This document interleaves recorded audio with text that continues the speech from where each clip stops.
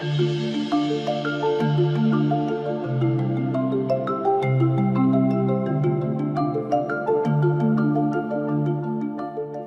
over 5 decades, Padma Shri Pepita Seth has studied and documented Kerala's sacred traditions from Theyyam and 𝗃𝗃𝗃 to temples and rituals.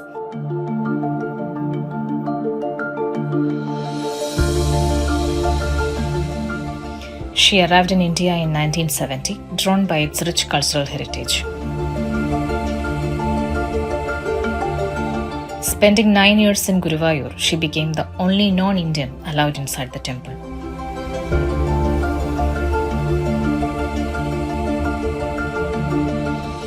She then dedicated over 15 years to Malabar, closely observing the world of Theyyam.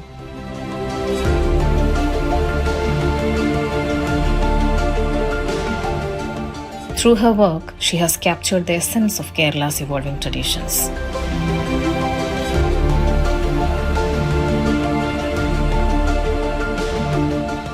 Padma Shri Pepita Seth on TMJ Thought Lab.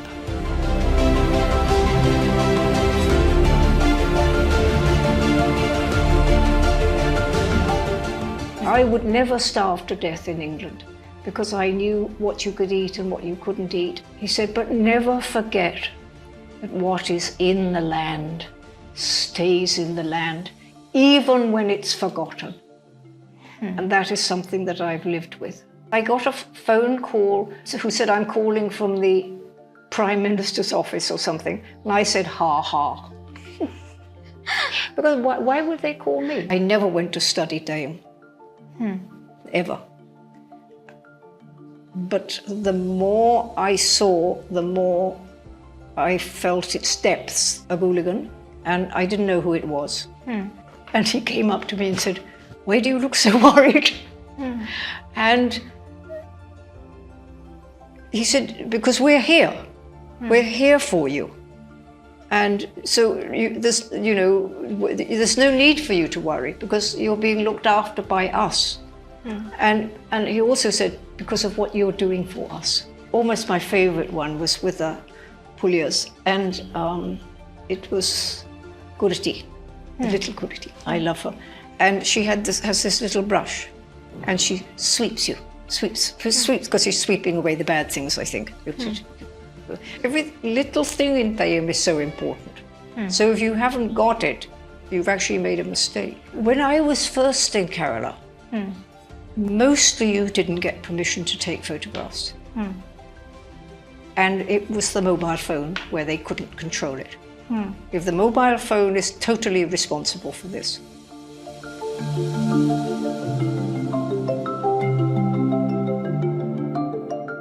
Namaste, Pepita ma'am. It's an absolute honor to have you in TMJ Thought Lab. And you have spent almost half a century in Kerala documenting its sacred traditions. Not quite half a century. Almost half a century. Yeah, actually, maybe. More than 40 years now. I don't do the math. Yeah, it's more than 40 years now, I think. Yeah. And you have been documenting Kerala's sacred traditions for such a long time.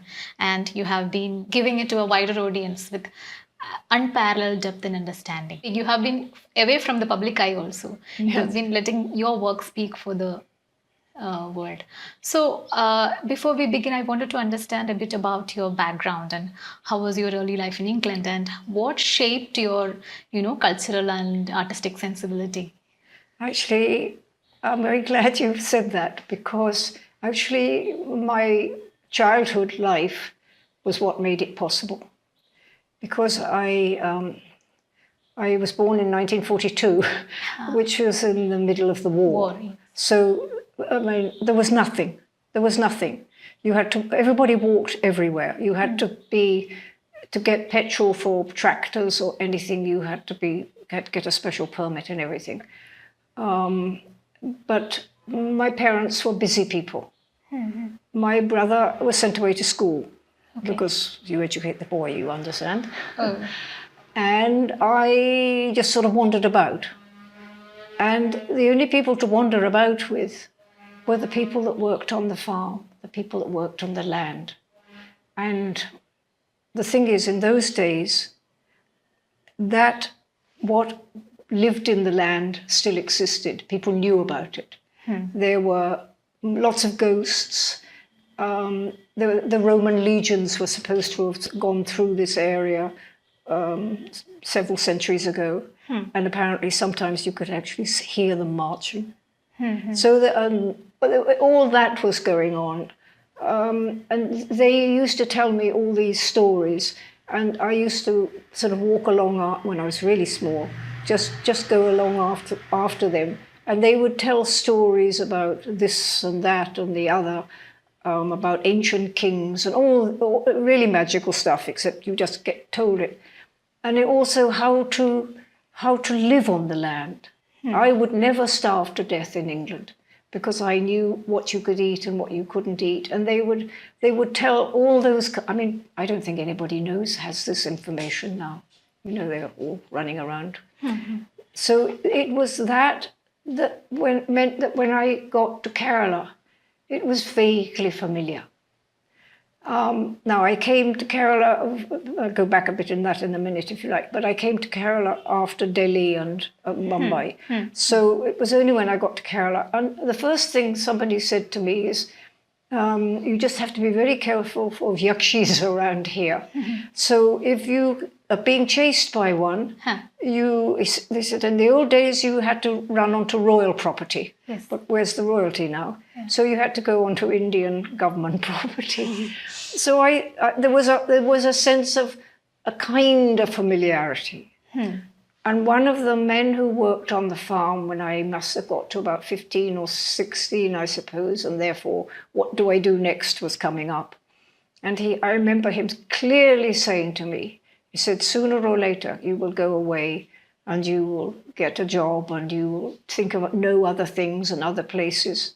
He said, but never forget that what is in the land stays in the land, even when it's forgotten.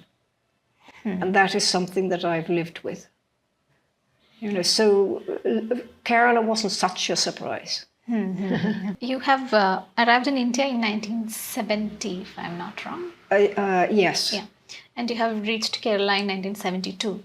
Yes, because what sort of got me to Kerala, to India, was that because my mother had died and my father wanted to downsize and go somewhere sort of else, and I found my mother's grandfather's diary of the march from Calcutta to Lucknow in 1857.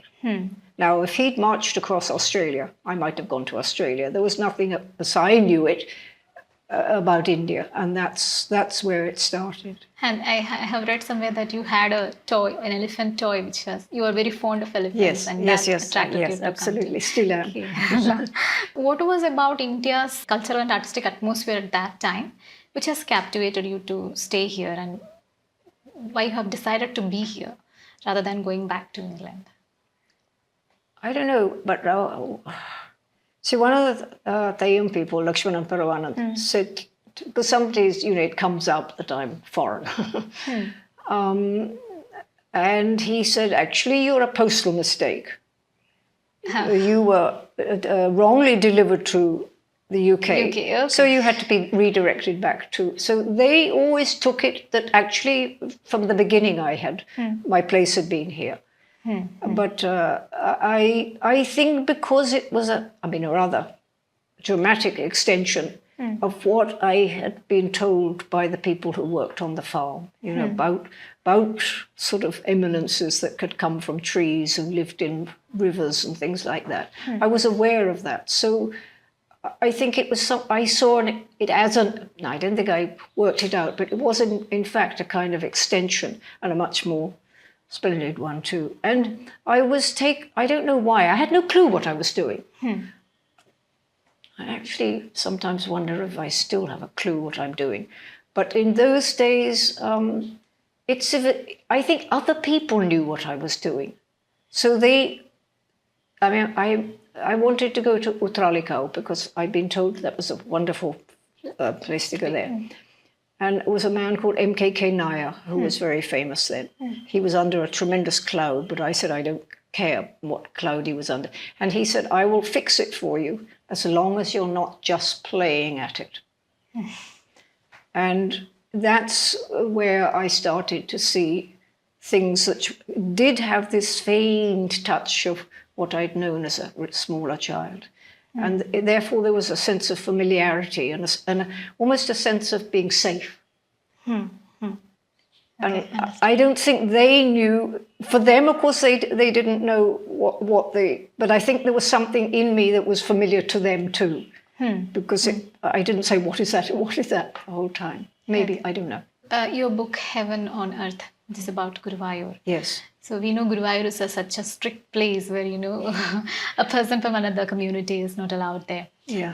And during those times, even, the famous singer 𝗍𝗵𝗃, despite of his strong, belief, he was not allowed to be a devotee there. So what, made Guruvayur people trust you? It came from the tantri. And when somebody asked him why, the tantri never came to me. I mean, I don't mean it, of course he wouldn't have done, but he never interacted with me. He made a decision and he has that power. They have the power to do that. And he said, you have the right of entry. Now, what he based that on, I don't know. And you were allowed to see...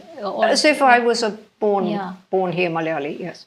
And for the work on Guruvayur, you have received your Padma Shri also. Yes. And what has changed after Padma Shri? And is there a... For me? Yeah. Many people knew about me. No, I mean, it was a huge honor. Yeah. I don't know, don't make jokes about it, but yes. Yes.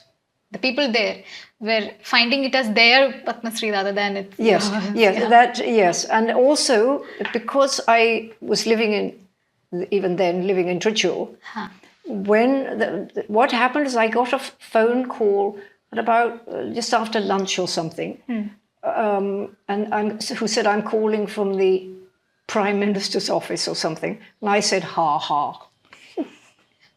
Because why would they call me? Okay. And it was quite sort of, I could sense the kind of thing. And they said, you've been given this award and everything, but it won't be given to the public for another hour or 2 hours. So we're telling you ahead of time so you could sort of be ready for it. And then sort of 5 minutes later, somebody came running up to where I was living in a place that was one up, and he said, who was from Guruvayur, but he actually lived in 𝗃𝗃. And he said, listen, just before anybody gets to it, you belong to Guruvayur, remember? And 5 minutes later, somebody came and said, you're in 𝗃𝗃, you belong to us. Okay. So, but Guruvayur got to me first. I have seen a photograph of Guruvayur 𝗃𝗃. Ah, yes. Yeah, with the mask. Yes. So how do you see the, involvement of animals in sacred tradition, and how do you see the balance between the tradition and conservation should stand?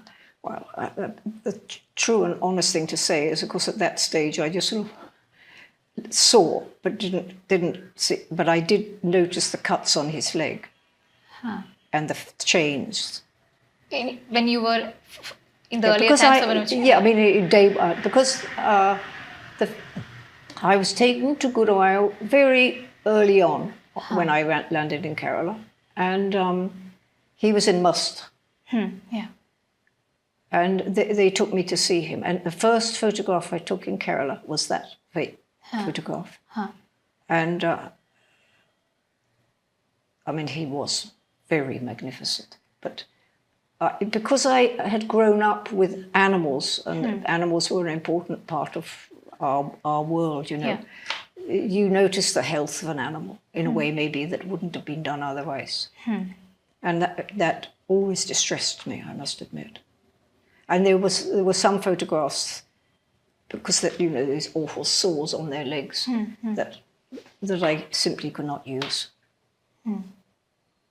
Or I didn't want to use, I think it was. But I don't know whether people will ever understand or whatever it is.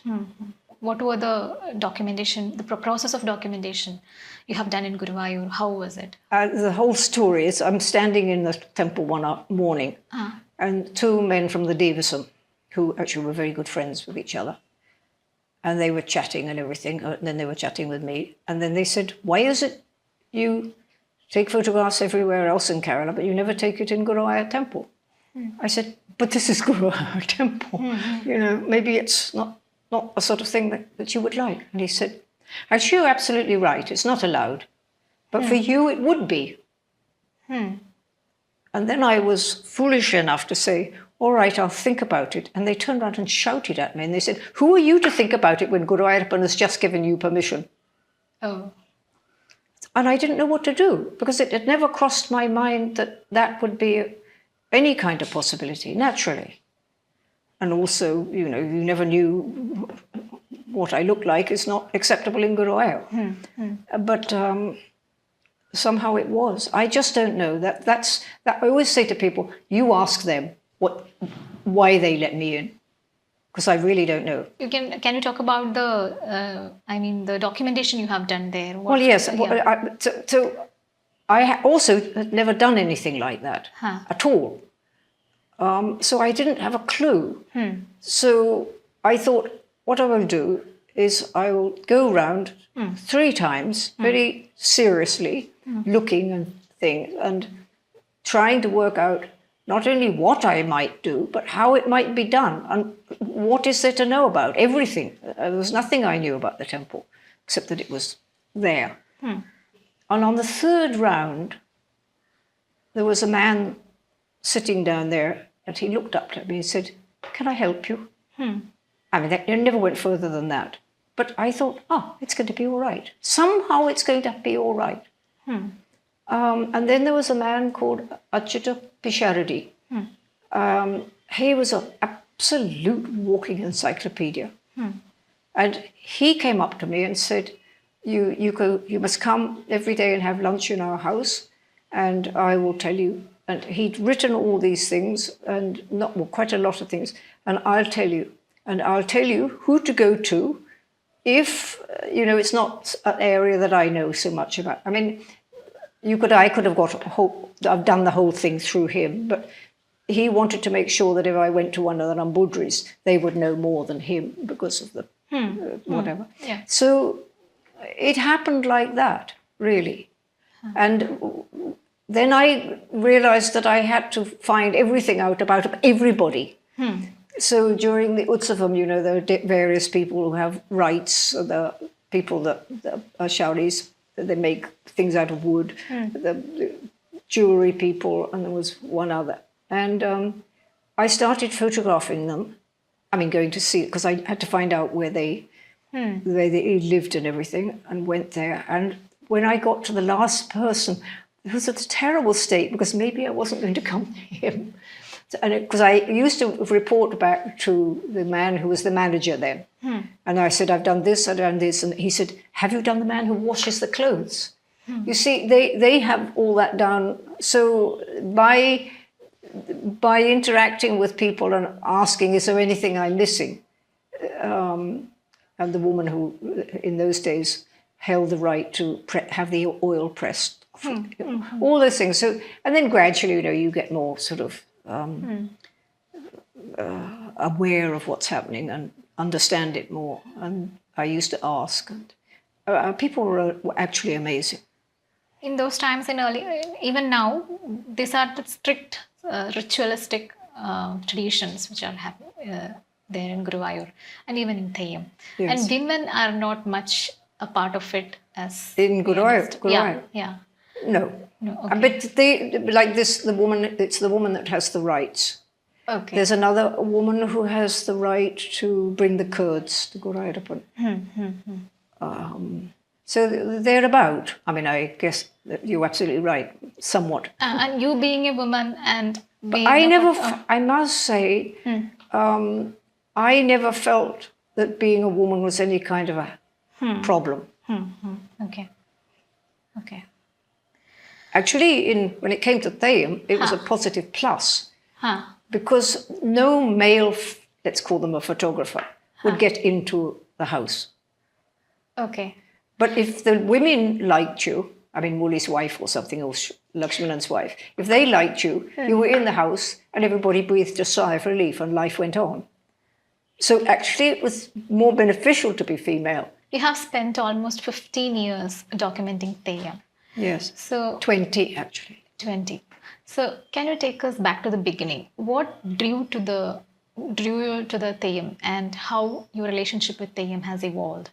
Well, I could try, but I don't think I can, because you see, I have never, as it were, studied these things in a sort of formal way. I had to make it up as I went along, and I was completely dependent, of course, on other people. So you can't comment on a thing unless you know a lot more about it.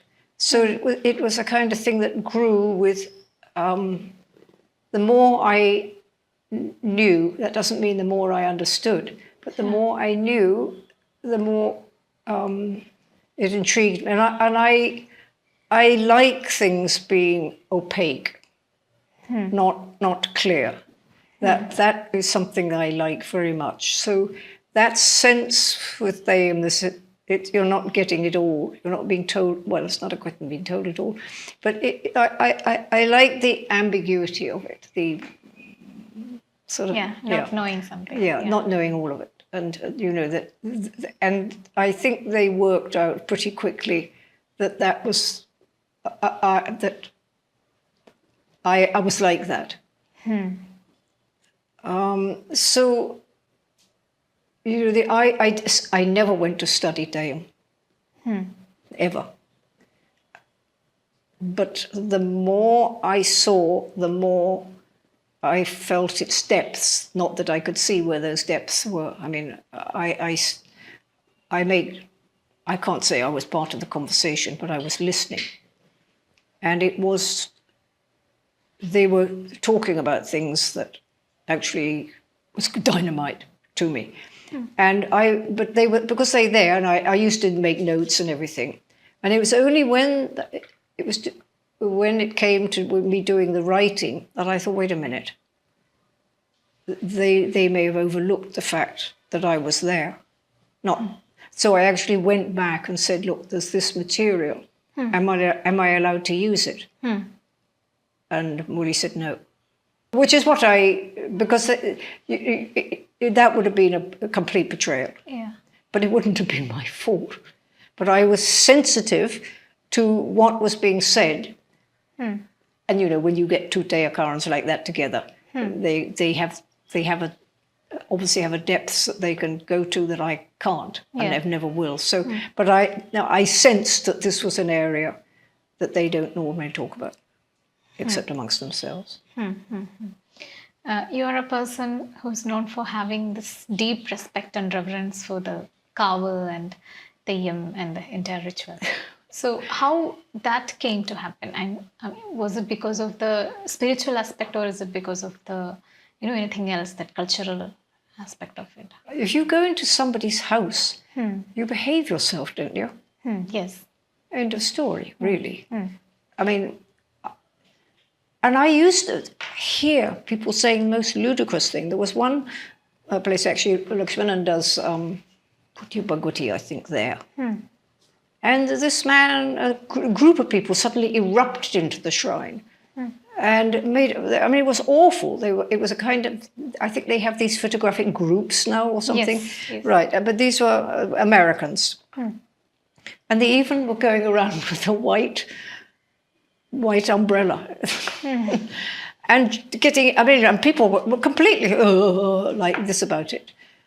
And after it was sort of over, I went up to one woman, actually told her exactly what I thought of her. I said, this is not a kind of entertainment, this is serious. And she said, so what? So anyway, the Bhagavati fixed it. It was really, I love watching them when sometimes they will let you know that just watch this, right? And it was really funny because if you run, the flames come back in their face. Of course, they know that, as everybody does. But if you go as close as possible and stop, they go, end of story. It was spectacular. Just spectacular.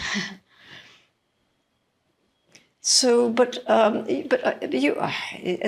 it is some, whatever even if you think it's, this is nonsense or whatever, but that's irrelevant, because you're actually in somebody else's environment, house, shrine, the sacred place to them, whether you believe in it or not.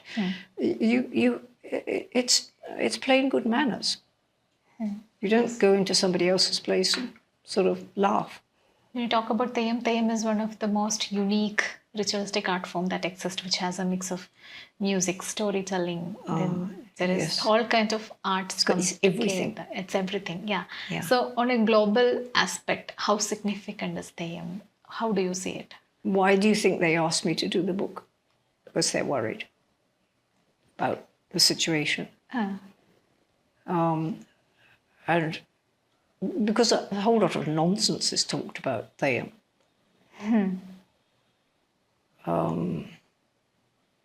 And really people go to photograph it.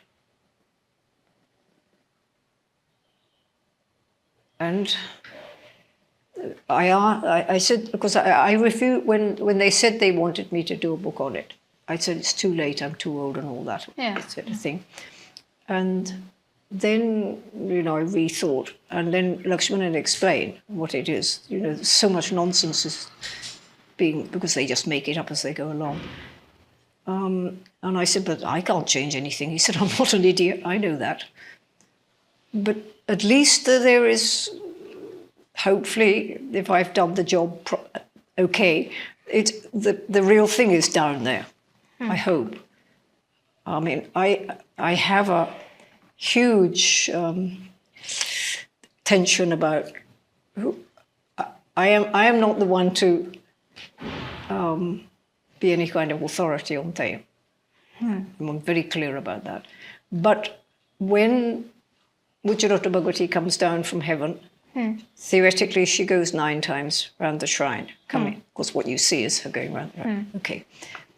And because I had to have her in the book, because she was the first one I got to know about, and that was through Lakshmanan and all that, and his father was very good then.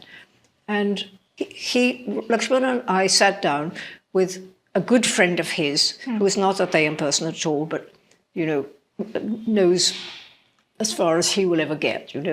This closed off stuff is closed off, and he's a really nice person.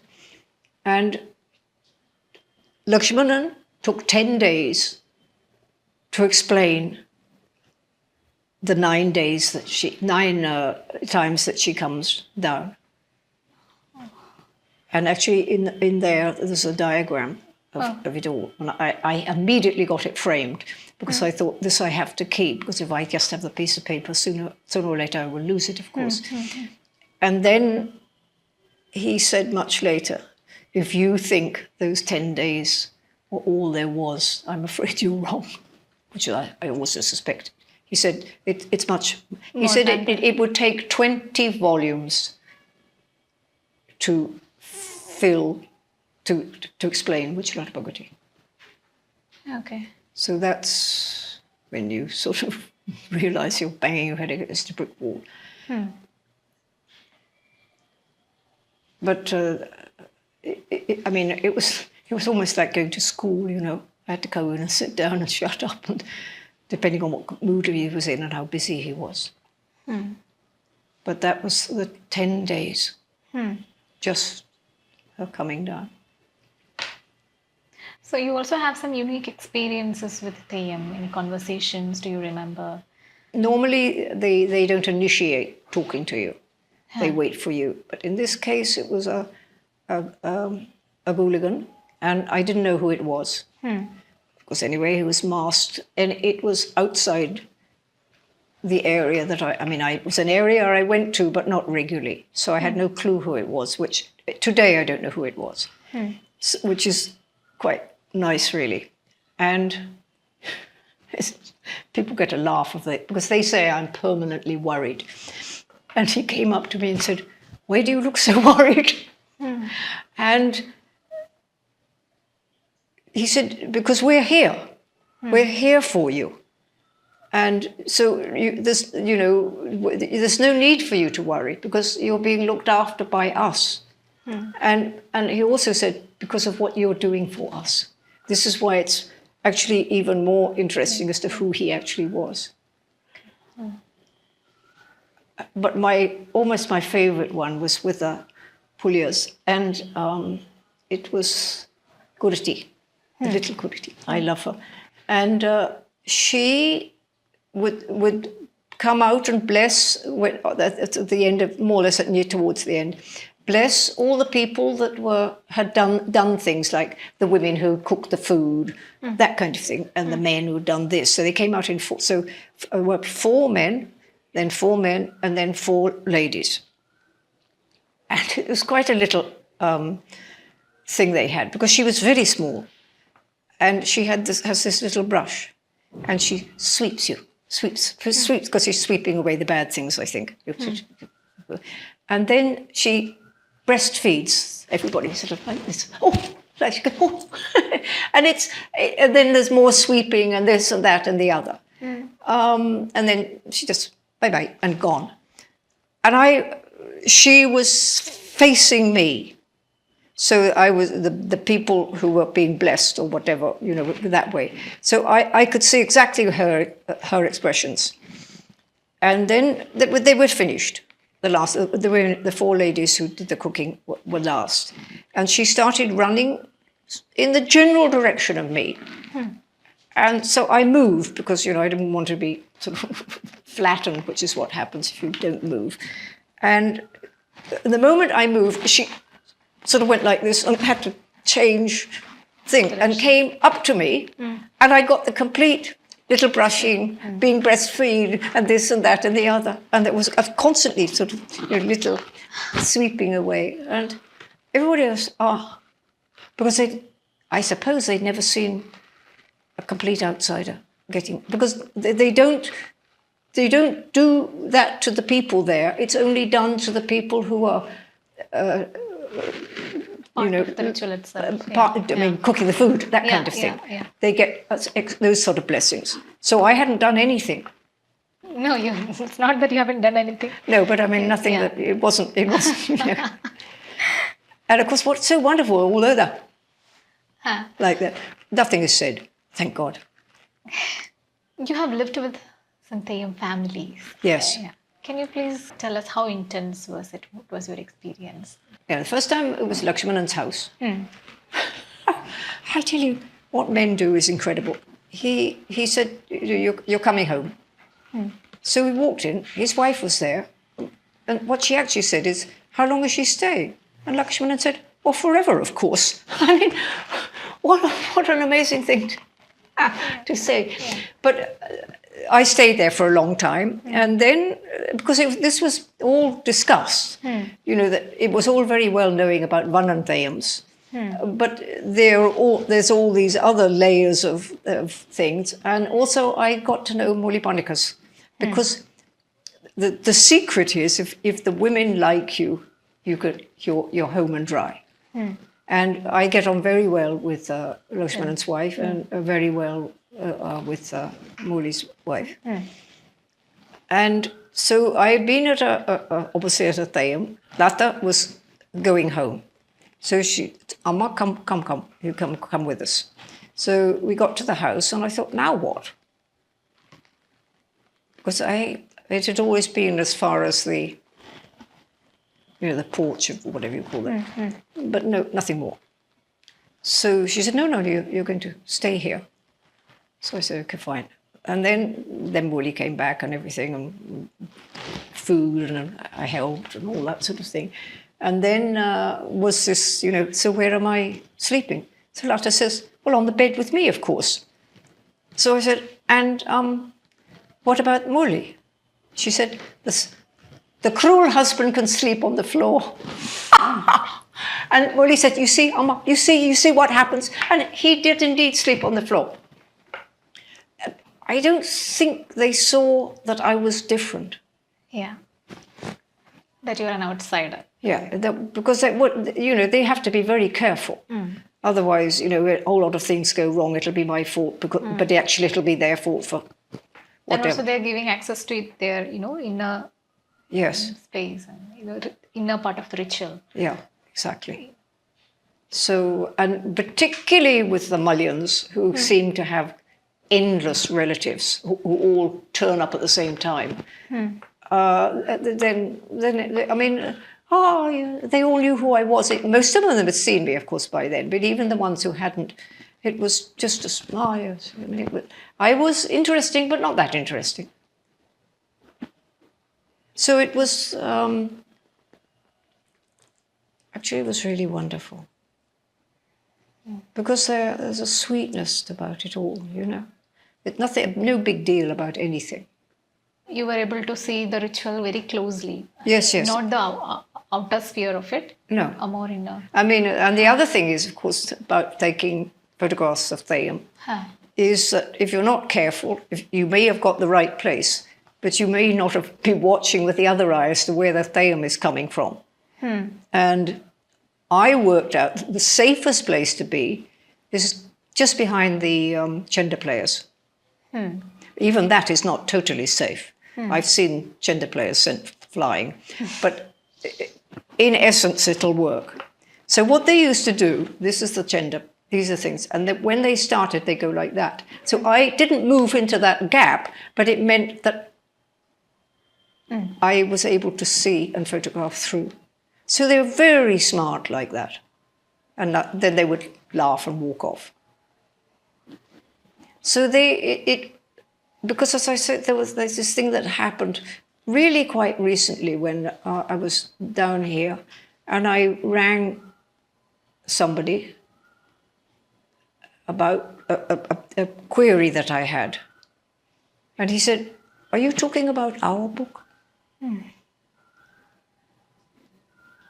That really affected me. Oh, and quite right too. I mean, you're in something like a Theyyam. You're only as good as the information you get. So it was. I found it. They can be infuriating beyond belief, but they're just wonderful people. Don't you think now the situation the environment has changed a lot? Because now if you go to any 𝗃𝗹𝗃, it's a bit overwhelming to see too many photographers going that close to the Theyyam, and do you have such an experience recently? Well, I basically, since I've been out for about now 5 years, I haven't, but I have no particular desire to photograph. But I don't, I feel very sad about it.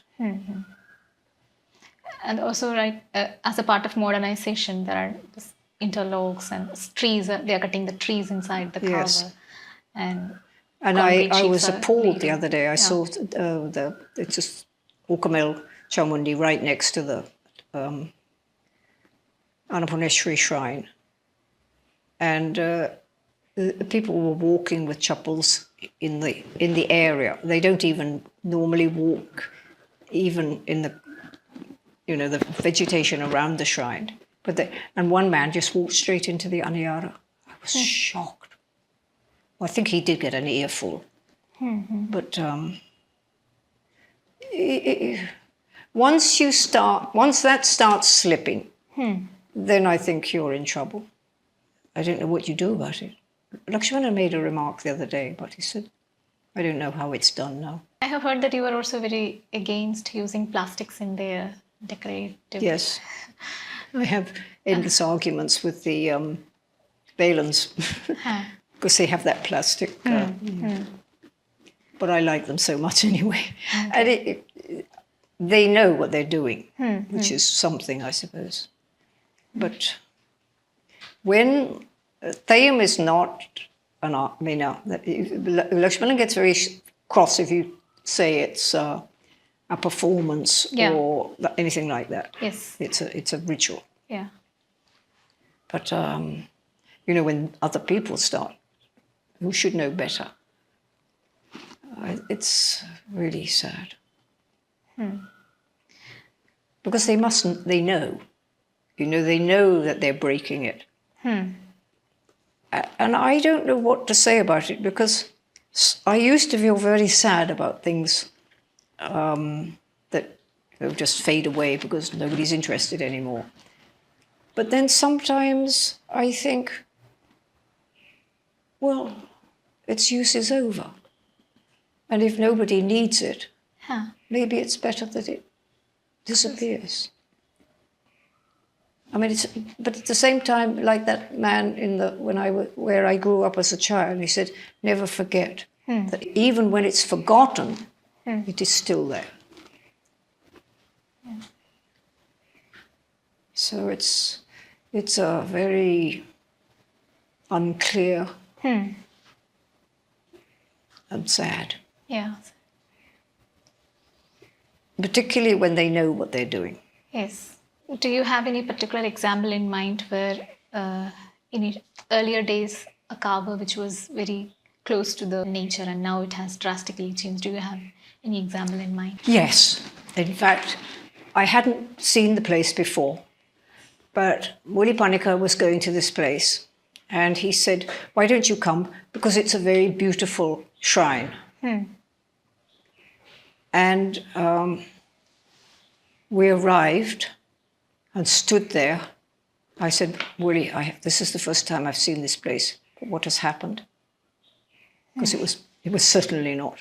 I mean, it was all glitter and, the new rule, new this and new that. But what was extraordinary there was a 𝗁𝗵𝗃 player. He can't have been more than 25. And he was incandescent with anger. He said, this is not Theyyam. This is a reality show. I mean, he was actually boiling over. Because I hadn't seen what it was before, but the fact that young boy felt like that. Yes. But in a way, the carnivores can stop it, can't they? I mean, the shrine people can stop it. So it's the shrine people. But there are shrines who are... Oh, yes. I mean, 𝗃𝗶𝗃𝗃𝗃𝗃 is very... it's the last... no, because I put Gulugun at the end because he should be last. But 𝗃𝗶𝗃𝗃 was for 𝗁𝗵𝗃, I used that shrine because they're wonderful people there. Because the carnivore himself is very... He says, I don't know what's going to happen when I go, but as far as I'm concerned, whilst I'm alive, I will see it's done in the way that the Theyyams want it. But, and sometimes, I remember once 𝗃𝗵𝗃𝗀𝗃𝗀𝗃, and they had got something on the face was wrong. Not Lakshmana, he would have chewed somebody up. But, and I said that. I said, how can that happen? He said, you just watch everyone. He said, and see how often it happens. The things which, because every little thing in Theyyam is so important. So if you haven't got it, you've actually made a mistake, as I see it, as I understand it. So it is very worrying. I mean, Lakshmi has told me about the shrines in the forest and everything. And I would really love to see those ones. But I suppose it's all going away. It's sad. It's probably also the lure of money too. Because I suppose, I don't know what they get paid now. In your early days, I think there was no digital camera.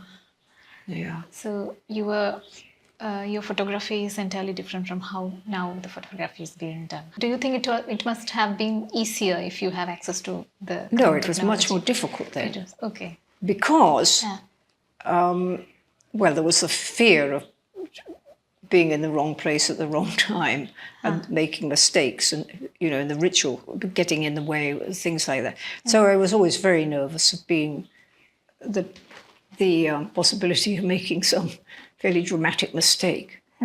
But as when you become familiar with what's likely to happen, then you're less likely to make a mistake of being in the wrong place at the wrong time. But it can still be very frightening. That engendering of considerable fear is still to be found. But on the another young guy I know, he came to me once and he said, "Could you help me with English?" So I said, "Yes." Yes, of course. Because, he said, so I said, "But why?" So he said, "Well, then I can get a good job in a bank." But he could have got, where by caste they can get jobs. He said, "I don't want to do that. I want to get it on my own." He's a very nice boy. I mean, I know the family and everything. And so we talked like this, and I said, "So where does Theyyam fit into this?" And the look of absolute fear that crossed his face, and he said, "I can't give it up." The suggestion that I was, knew that he would have to make choices. What in his case, I think that what they do is they do a Theyyam when they know they've got the time, weekend or something, or they take a day off or whatever, to do the full Theyyam properly. But that absolute fear that crossed his face. I have also listened to one of your interviews and you were talking about how, I think it's inside Guruvayur, with limited lighting and the lack of the technology that we have right now, how you were, approaching the process a little bit. Do you think that how people are approaching the photography of Theyyam or any other ritual has changed because of the technology that has improved so much? Probably, yes. I mean, when I was first in Kerala, mostly you didn't get permission to take photographs. And it was the mobile phone where they couldn't control it. If the mobile phone is totally responsible for this, yes, you couldn't get permission. Because that's from the shrine people, of course. But you can't control what's happened now. And one of the Muli's youngest brother actually said, "It's very strange what happens to you, because when the Theyyam is about to start, you disappear." So I said, "No, I don't." Yes, he said, "Believe me, you just disappear. There's no sense of you being there." And I think many of these photographers actually want to be seen taking photographs. Yes. Particularly if they've got an extremely expensive one. But also in those early days, the Theyyam, his or herself, would give tongue lashings. There was one incident somewhere where it was two 𝗶𝗶𝗀𝗃𝗃𝗃, and one of them was being done by a wonderful man who's no more, 𝗳𝗵𝗲𝗺𝗀𝗀𝗃.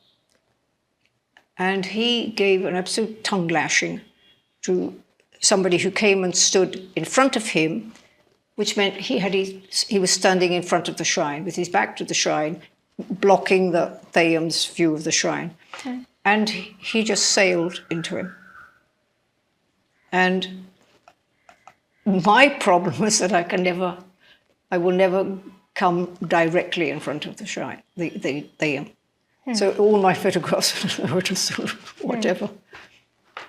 Although Lakshmanan's father once just grabbed me and stood me in front. And I went click, click, and went out again, because I just was uncomfortable in being in his face, as it were. His father, Lakshmanan's father, was amazing. I asked him once, not right at the beginning, after about 7 years, I said, "Why are you helping me?" He said, "Well, you know who we are. You know what's important to us. And of course, we know you."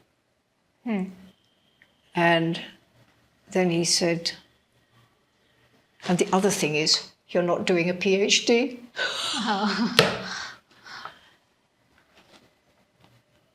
He was, I mean, he was an amazing man. When he died, Lakshmanan said, now there is no one to ask. And there are fewer and fewer people to ask. It makes me sad when I see. And yet, you know, there have been incidents where practitioners have been sort of thrown out because they did something like getting money by doing it somewhere else. But that's kind of one-upmanship, I think, to just their own little fights going on. I take photographs less now because I don't need, I've got, I can't redo the book again with other things. I've got enough material, for heaven's sake, but, and it, in a way, doing the book over such a long period and going so many different places, it's sometimes you see it's remarkable what does still exist and is still breathtaking, really, moving, whatever. But too much lighting, really. And instinctively they know it, that you actually don't need all that light. Because with, there's one particular Theyyam, they always switch off the lights and then switch them on again. So they know that she looks more spectacular and frightening, quite frankly, with them off. And that's how she would have been, how it would have been at that time, because the, what do you call it, tutor thing. So there wasn't permanent lighting in those places. And the early photographs that I have, there's hardly any lighting. And one of the things that I used to do is, if it was a shrine I hadn't been to before, I would sort of go round it and look and see where the light sources were. And then I'd think, if the Theyyam runs this side and this is there and I stand there, I should get it. But you never know, of course, the Theyyam has its own agenda. So, and sometimes they would do, meaning go and stand there. Oh. I think that's because it was always when somebody, maybe Murli's one of his brothers or whatever, when you're very close to them, they won't do it, I don't think, otherwise. And only if you knew what it's about would you know, kind of thing. My favourites are the 𝗶𝗄𝗎s. I think they're just wonderful. Because they've had a bad time on all that sort of thing. But now what it is, they do it for themselves. So there's a tremendous. I was in 𝗵𝗲𝗀𝗀 once when they do those whatever that goes on at 𝗵𝗲𝗀𝗀 then, and the 𝗶𝗄𝗎s are there, and one of them came and said, it's only 2 months, 1 week, 3 days, and half an hour until the season starts. They were that, and he was just a Chenda player. He wasn't So with them, it's very, they're completely obsessed with it because they're all in it. They're all in it together. That's what's so wonderful, I think. They put me in a ditch, actually, because they said, because this particular deity, everybody's really frightened of her. She roars, and that women just run away screaming. They were trying to work out where would be the safe place for me. I really didn't know them very well, but so there was a kind of ditch. So they said, but if you were in the ditch, she would never look down, so you'll be completely safe. And actually, of course, it worked very well because the Theyyam is therefore much more raw. Powerful because she's standing up. You're sort of, thing. And then in that particular place, the men would go to the deity and then get blessings and whatever. And then the sort of women would sort of come out really like this. But in the middle of the men giving it, I was still sitting in the ditch, of course, I heard this shouting going on, and a man came running from where the deity was sitting saying, "Hurry, hurry, hurry, hurry, she's calling for you, she's calling for you. Just get out and get there to her quickly now." And she pulled me right down, and it was looking into her eyes, and this ferocious deity, you suddenly sort of, well, I did, sort of fell into a pool, really, where you floated. Beyond me. I have a very soft spot for the 𝗵𝗂s, and they're very nice to me, frankly. Have you seen any shifts in this caste hierarchy when the time passes from the early 90s? I don't think so, because the hierarchy is there in the performance is the wrong word, in the performance. But when they come out of it, the hierarchy is less there. Okay.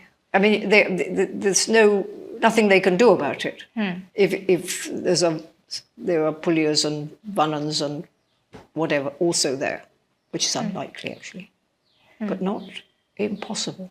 Your latest book has just been released. So can you tell us about its focus and how it has been received so far in the community?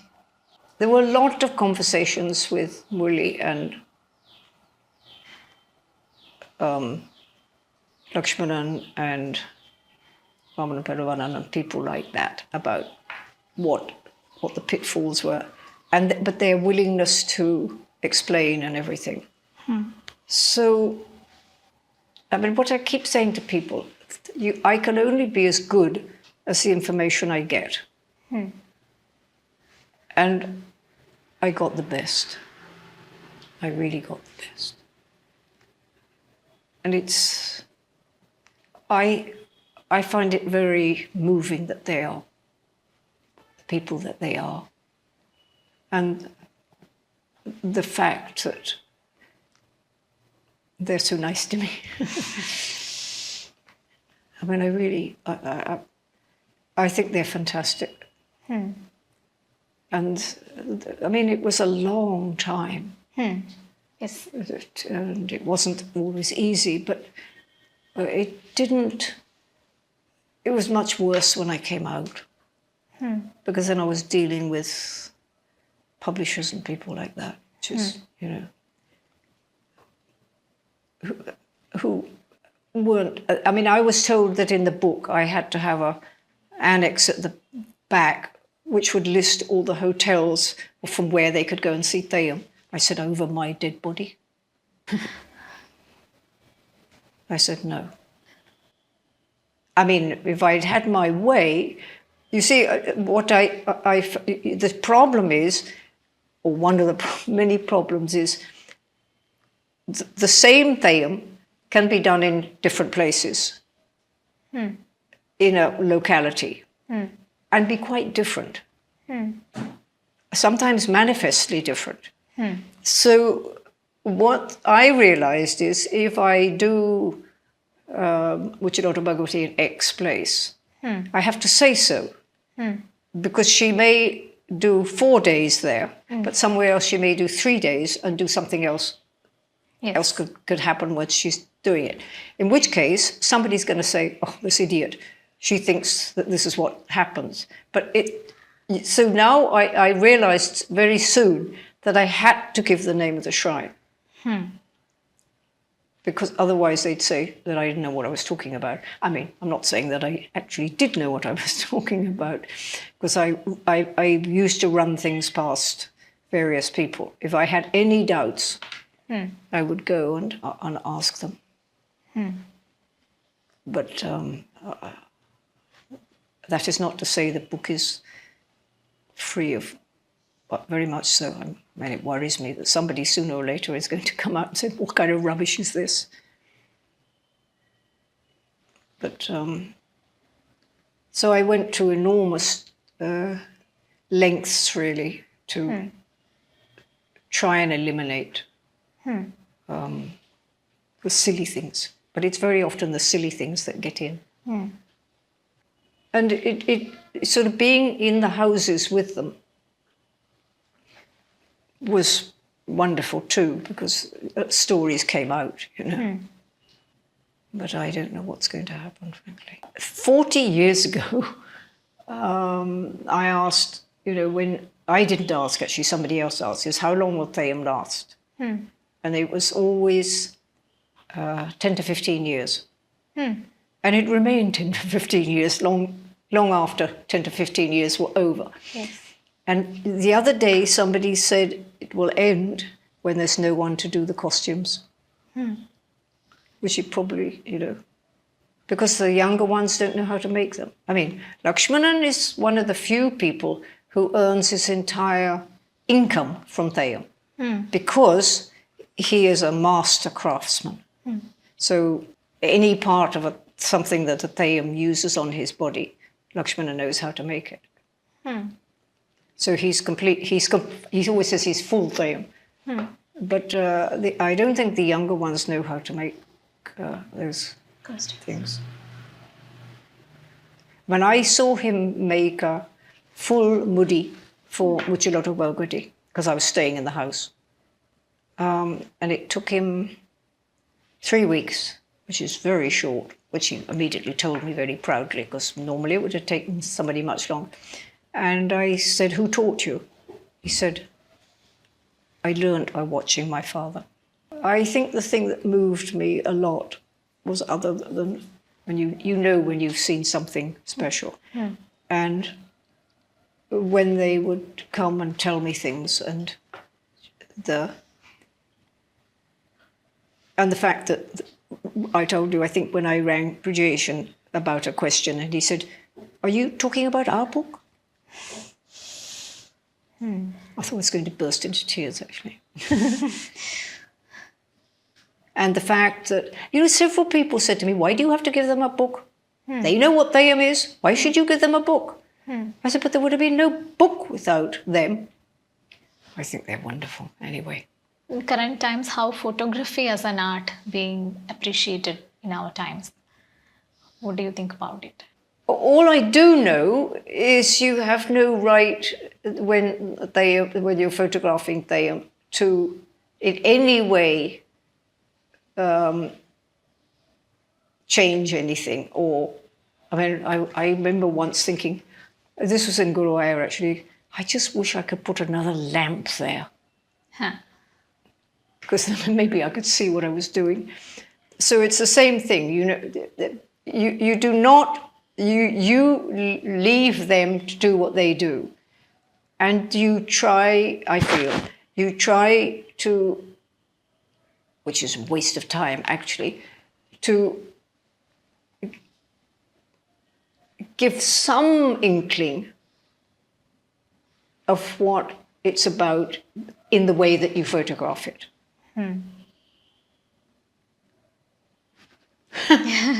But, I mean, you can't come close. Somebody did say about my photographs, a friend of mine, who's English and lives in England and has never seen Theyyam or anything.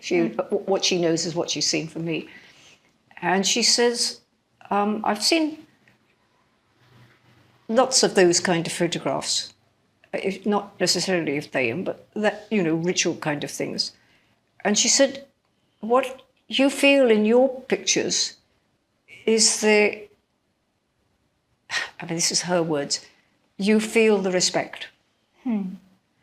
Whereas in the others, they're responding to a dramatic thing which will make an incredible photograph.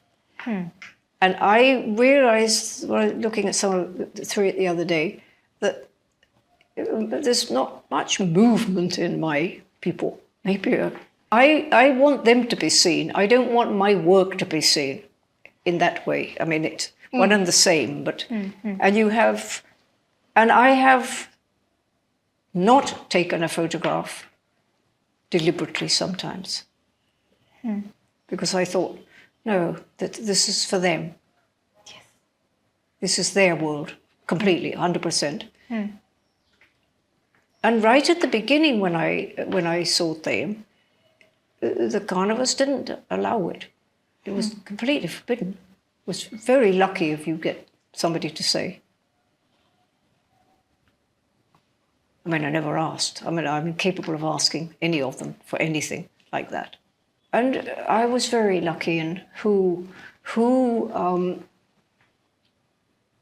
enhanced things. I mean, the head priest in 𝗵𝗍𝗀𝗀 was incredible. I used to go there, and his wife was wonderful too. And he would say, wait in the house and then I'll come. Because the puja got over quite early. And so you got a sense of, well, in those places also you got a sense of the completeness, because sometimes the Charaka Raja was there and sometimes he wasn't. You know, sort of people came, but of course then you get all those people from Karnataka that are sort of jumping up and down there now. But I think if you photograph Theyyam or interact with it, you have an enormous responsibility. That I'm very, very certain about. Things did happen because it gets doubted. That's it. I mean, there was a time when I had gone to see Bali, and no problem, and I had to go for some reason back to Cherrakunu to see another Bali and come back again. And I have to say, the second Bali was the worst Theyyam I have ever seen in my entire life. So I was quite angry. But I went back, and in the meantime, Chammundi had obviously come and was sitting. And she suddenly went, ah! And she said, you've come. After all these eons, you've come again. And the thing is, am I following you or are you following me? I don't know who it was again, because it was in the same area where I didn't know. I mean, I knew the Thayyakarans, but I didn't know the surroundings and some of them. And also there was the Pulya, what is the name of the Devam, I can't think, where I went to give, and she pulled me right down, and she said, actually it's on the back of the book, so I didn't do it, and she said, never think it was your idea to do this work. It was not, it was our idea. I mean, it's very personal, my people. It was never easy. It was quite often uncomfortable, but it was always amazing. I mean, just to be there with them, you know.